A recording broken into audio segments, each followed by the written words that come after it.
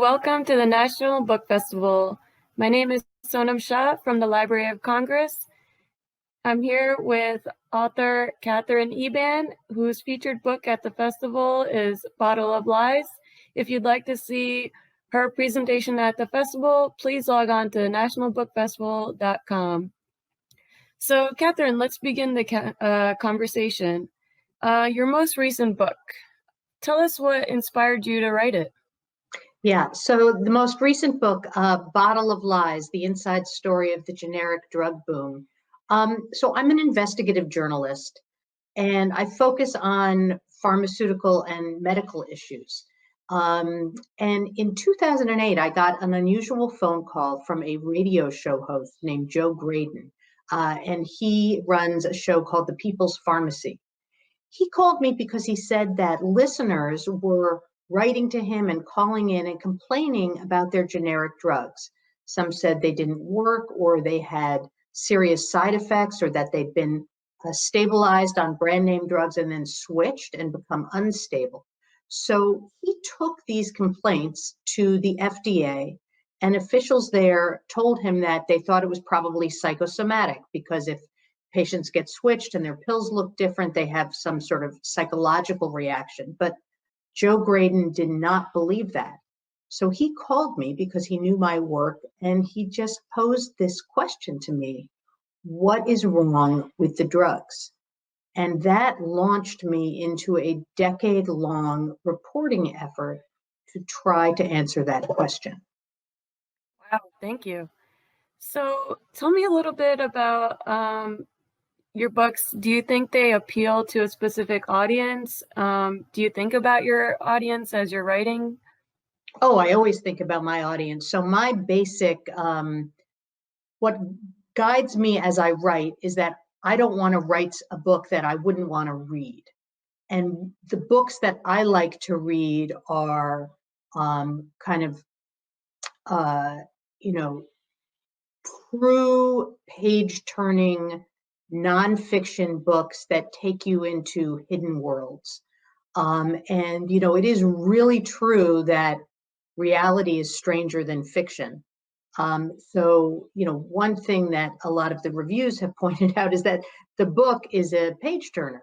And that is something that I really, pay a lot of attention to, is the reading experience. But, in this case, the material, it's true crime. This is about, the book exposes a massive fraud in overseas manufacturing plants that get uncovered by characters who find themselves really kind of fighting against long odds to expose the truth. Right, absolutely. We have a question here from Lynn. She asked, how has your experience changed how you can approach prescription drugs? How can someone be informed about the drugs they take? Well, that's a great question. So for starters, you need to know what is going on. So, basic education, reading, take a look at the book. On my website, which is katherineeban.com, I have a guide to investigating your own drugs. And really the place to start is who's making these drugs? What company is making your drugs? I mean, if people are on maintenance drugs, you can go to a pharmacy and be switched between different manufacturers from 1 month to the next. And that is a moment to really pay attention, because if you were stable before and your medicine was working, you don't want to be switched to a different manufacturer, right? But what patients need to understand is they may be taking a drug that was made in a manufacturing plant 7,000 miles away, where the FDA found fraud or terrible conditions. So consumers need to pay attention to what they're actually getting from their pharmacies. Right, absolutely. We have a question here from John. He's asking, what role do you feel the pharmacy benefit managers have had in promoting drug manufacturing outside of the United States? That's a good question. I guess the role that they play is that they are sort of herding Americans to low-cost generics, and the lower cost, the better. There really, in our current system, is not an incentive or a way to measure quality. Instead, there is just, a push to get Americans signed up for the lowest cost drugs. And those are often Indian generics that are made in manufacturing plants with checkered inspection history. Hello, Catherine. I'm back. I'm so sorry I lost you. That's okay. Hi, Guy. Hi there. Okay, we'll continue the conversation. You wrote a previous book about the drug industry called Dangerous Doses, a true story of cops, counterfeiters, and the contamination of America's drug supply. Are you foreseeing a trilogy of books about drugs? Well, as we were chatting before this broadcast, this webinar started, right now I'm reporting full time on COVID-19 for Vanity Fair. So maybe there is certainly a book to be written about the federal response to this pandemic and, what has gone wrong. Of course. Here's a question. Someone's asking about drug prices. Have your investigations included the exorbitant prices of name brand drugs and why they're so expensive? Well, that's a really good question. I have investigated pricing issues, but I would say that in Bottle of Lies, really the reason we are being sort of forced into the arms of these overseas low-cost providers is because there's been a failure to regulate drug prices. And so nobody can afford brand name drugs. So the alternative has become these very low-cost drugs of dubious quality. You mentioned in your video that you recorded for the library that when the FDA does inspections of overseas manufacturing drug plants, that they're given several months notice. And I was wondering why that is. Why can't they just show up like they do in America? Right. So the FDA inspectors absolutely can show up. There is nothing to stop them from doing that. But they've just sort of slipped into this system whereby they give these overseas plants months of advance notice that they're coming. They ask the companies to arrange ground transportation and hotels. So this has completely skewed overseas inspections. The manufacturing plants have months to prepare. They know exactly when the FDA inspectors are coming. The inspectors are their guests. So they meet them at the airport with luxury vehicles and take them on tours to the Taj Mahal. And the result is what I describe as regulatory. This is not a real candid look at quality. And in fact, one of the things my book exposes is that these manufacturing plants send in teams of data fabricators to literally invent documents and alter data and shred documents in advance of the FDA arrival. So in some ways, it's almost, there's no reason why they should even go. Am I right about that? I mean, if they're having all these you're not wrong about that. I mean, being there is still better than not being there at all. But the way to be there is to be there in an unannounced inspection. And in fact, the FDA did do an experiment where they did 18 months of no notice inspections in India. And the result was incredible. I mean, what they found, they were walking into sterile drug manufacturing plants. And these are plants that are supposed to test the air, test the water, test the surfaces to see if there's any microbial contamination. I mean, these are in plants, where they're making sterile injectables for Americans. And some of these plants were just literally fabricating their sterility data. They weren't testing anything. They were just creating data to make it look as though they had tested. Can you give us any examples of recent cases where the lack of oversight of generic drugs coming from outside the United States has resulted in some dangerous situations here in America? Absolutely. So, for example, I think probably a lot of the listeners, if they take blood pressure medications, then they know that there have been these sweeping recalls of valsartan and losartan, and those are drugs where they found contaminants. NDMA, which is a carcinogen, which is actually created in the production of liquid rocket fuel. And a number of these, the active ingredients for those drugs were manufactured overseas. Okay, and can you tell us, have there been any congressional investigations around the subject? There have been. Since my book came out, there have been about 4 different congressional hearings.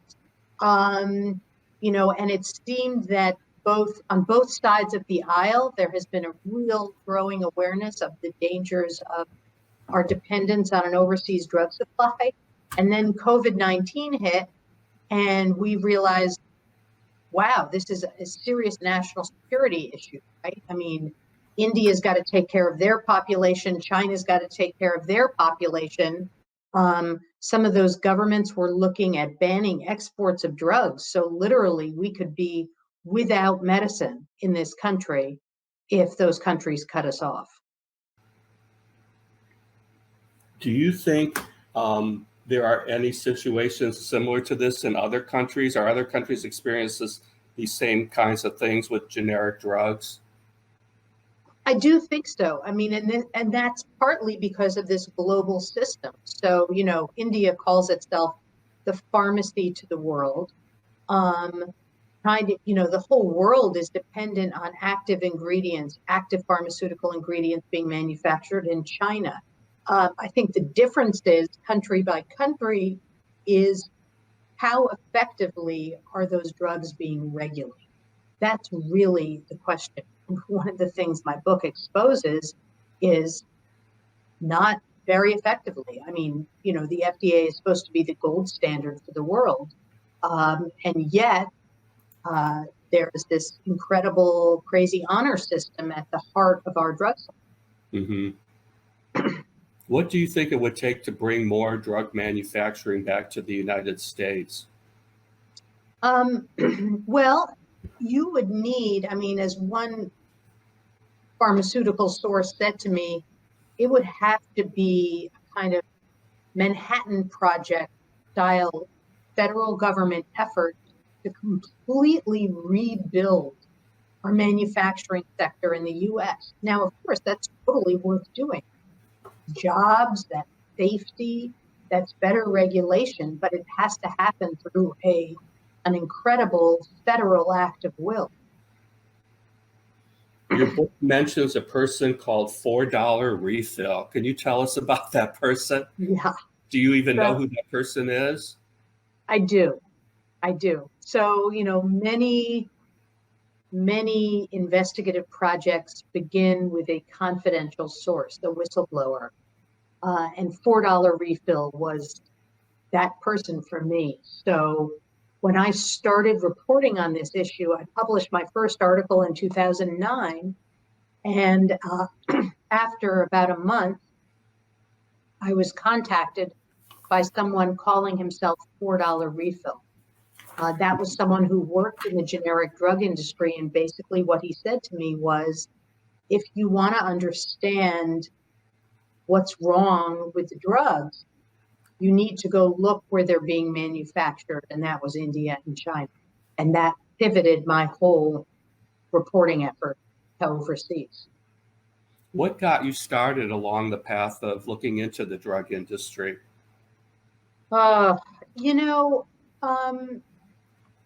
It's one of those beats where it's life and death, and it affects all of us.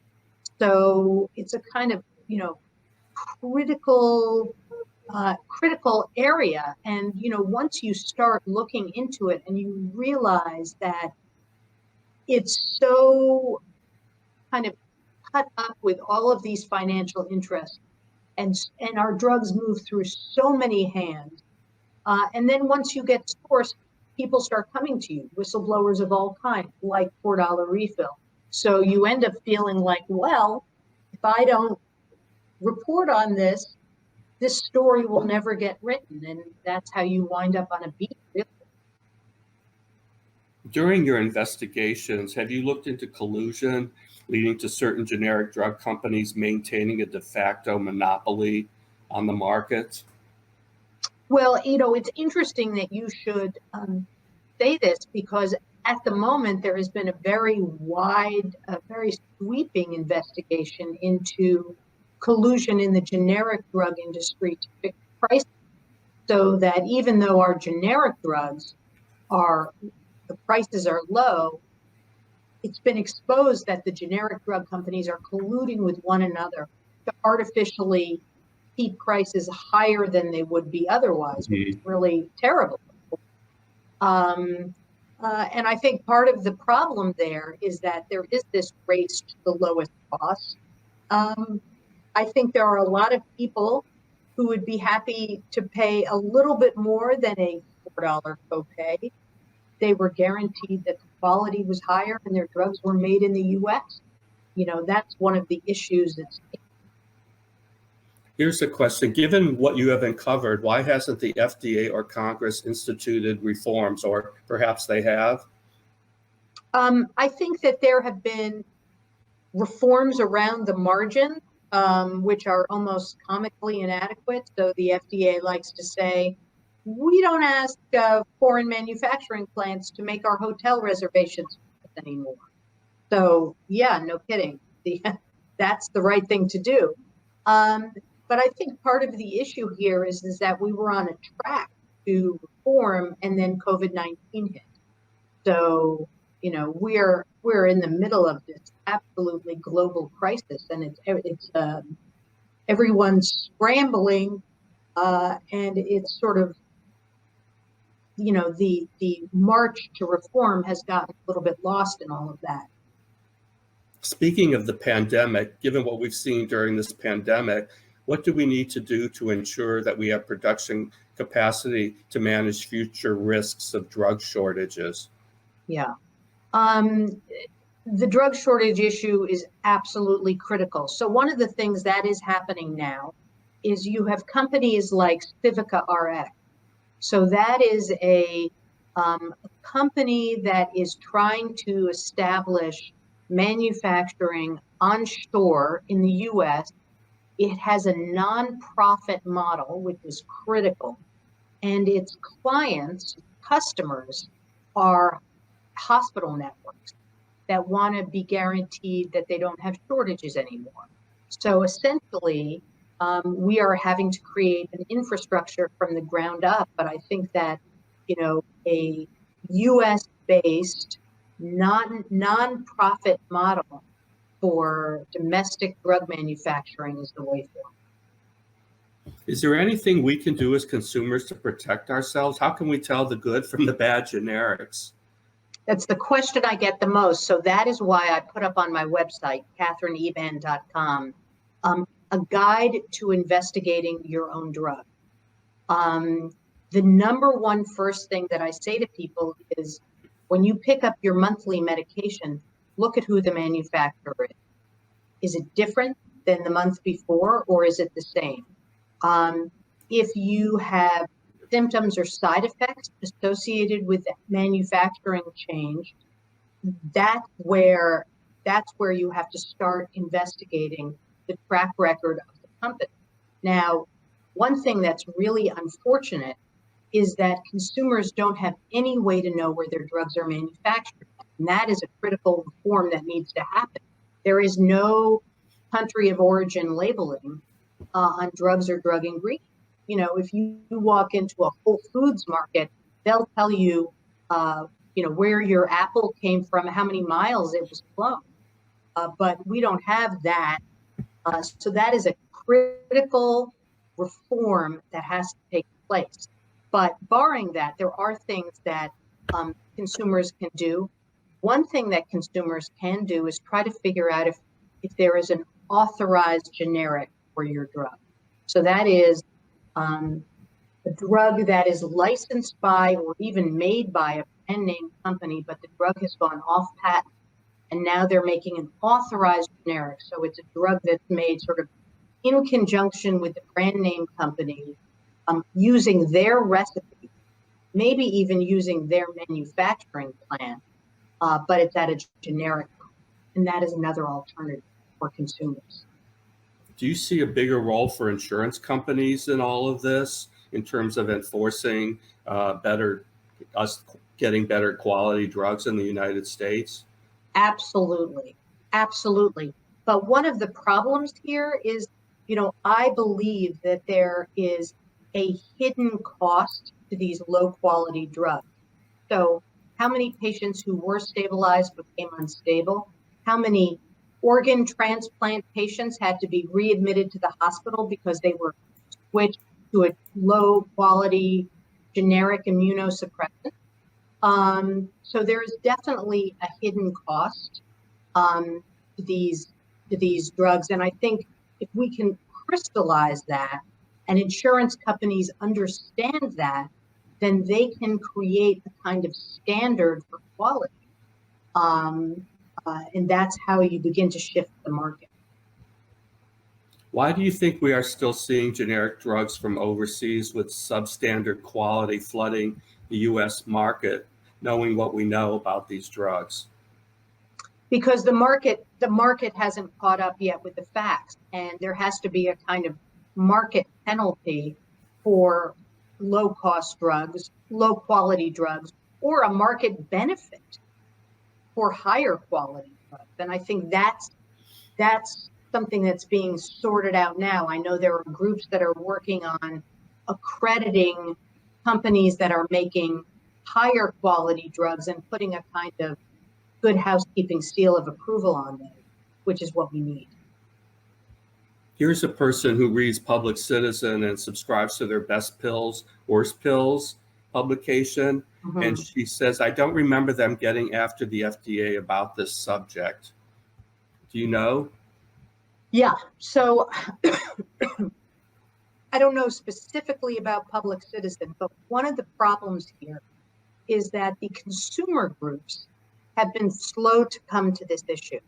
The reason is because they have fought so hard for low-cost medicine and access to low-cost medicine, and they have been reluctant to get into a kind of consumer effort around quality because they're so afraid that it will impact price. But the people who are really working on this issue are saying, look, low-cost medicine that's low quality is not a bargain.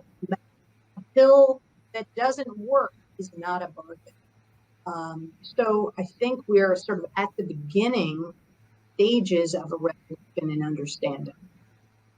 What about profit margins for generics versus name brands? Since generics are so cheaply produced, are pharmaceutical companies making as much money on generics as they would on their own name brand products?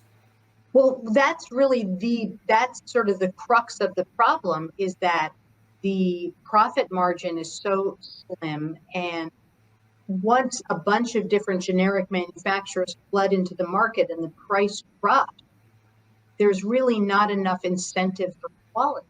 So, as somebody explained to me, if you're supposed to use 5 sterile mops in a manufacturing plant every day, and those mops cost $25 each, and the price of the product selling is dropping through the floor, you begin to cut corners. That's where the problems start. Do big pharma companies make generics, or are the generic drug makers separate companies? That's a good question. So increasingly, the market is sort of combining. You're seeing big pharma buy generic subsidiaries or make generic drugs as well. So there's a sort of a lot of combination. It's not as separate a market as it used to be. Okay. What else? Can U.S. big pharma companies be sued for relying on Indian and Chinese suppliers that make tainted drugs? Gosh, that's a great question. I assume that if they are getting contaminated active ingredients and they are not properly inspecting or checking for that they would be subject to lawsuit. Yeah.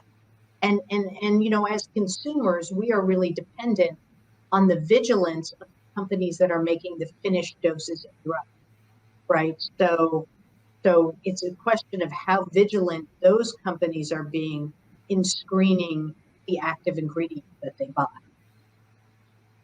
Here's a good question. Given the massive government investments into basic and applied drug research and development by institutions like NIH, drug patents and drug pricing seems to be a legal racket.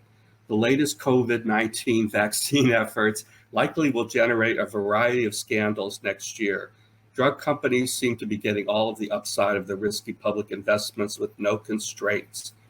Have you or other investigative journalists shed sunlight into this drug policy area? Well, that is a great question. So, I think that a number of journalists now are digging into Operation Warp Speed, which is rife potentially for a lot of, scandal, given the, millions, billions of dollars that are being poured into that, and the sort of lack of transparency around. So, for that one, I would say watch this space. We're really at the foothills of Operation Warp Speed. You've been writing for Vanity Fair recently about COVID-19. Can you tell us a little bit about your research and what you've been writing? Yeah. So, what I have been trying to do is understand what is happening at the top of the federal response to this pandemic. I should say what is happening or what is not happening. And so the last two stories I've done have looked at kind of the power and control amassed by Jared Kushner, President Trump's son-in-law, who's his special advisor. And one of the stories dealt with a national testing plan that was cobbled together by one of his task forces that then was not used. And instead, the national testing plan turned into just a state-led, state-run testing plan. Part of the reason for that, the article exposes, is because at the time the national testing plan was developed, the virus was mainly hitting blue states. So it was looked at as there's a political out here, we can just blame these governors, and that'll be the solution. Mm-hmm. In my most recent story for Vanity Fair, I looked at there was a private-public partnership that was proposed by the private sector to work with the federal government to alleviate PPE shortages, so shortages of protective equipment. And that was also rejected by Jared Kushner with the argument that the markets would just sort it out. So those are, sort of excavating the early response to the pandemic and why we had, such terrible response and terrible outcomes, really. Okay, this is going to be our last question. I think it's a good one. Knowing what you've learned investigating this, do you still use generic drugs? It's a good question. I'm asked that often. I do. And you can't really avoid them, but I pick and choose the companies whose drugs I use. So there are many companies whose drugs I just won't take. I won't give them to my family. And so I go to an independent pharmacy and I have them order different generics for me. Now, of course, I have the benefit of 10 years of investigative reporting into this, but that's why I put up the guide for consumers on my website to try to transfer a little bit of that information to them. Katherine, this has been wonderful talking to you. I wish we had another half hour because I have so many more questions I would love to ask you, but we've been speaking with Katherine Eban, and she is the author of Bottle of Lies, the inside story of the generic drug boom.